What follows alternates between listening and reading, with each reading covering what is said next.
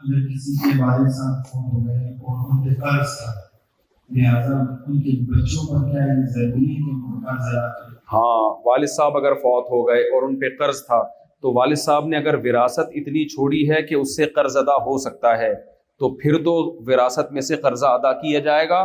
قرضہ ادا کرنے کے بعد وراثت تقسیم ہوگی اگر بچ گئی، اور اگر وراثت قرضے میں چلی گئی تو وراثت، اور اتنا قرضہ ہے کہ وراثت کافی نہیں ہو رہی تو پھر بچوں پہ الگ سے والد کا قرضہ ادا کرنا لازم نہیں ہے. جس کا بھی قرضہ ہوتا ہے اسی کے پیسوں سے ہوتا ہے.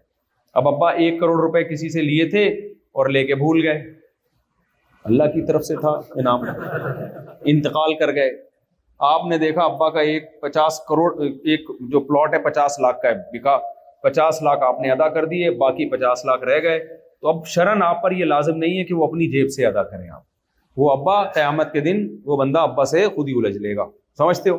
ہاں، بہتر یہ ہے کہ ابا کو مصیبت میں ڈالنے سے بچانے کے لیے مل جل کے کیا کر لو، دے دو. یہ تو ابا پر کے ساتھ حسن سلوک کا تقاضا ہے کہ دے دو ابا کی طرف سے. میں ترغیب اس لیے نہیں دیتا کہ پھر ابا بھی چوڑے ہو جاتے ہیں. ابا کہتے ہیں ٹھیک ہے لیتے رہو کھا کے مر جاؤ، صلہ رحمی کا تقاضا ہے بیٹے، خود ہی ادا کر دیں گے. تو زندگی میں یہ سمجھایا جاتا ہے نہیں ادا کرنا، جب مر جائیں تو پھر ہم کہتے ہیں یار دے دے یار ابا کی طرف سے.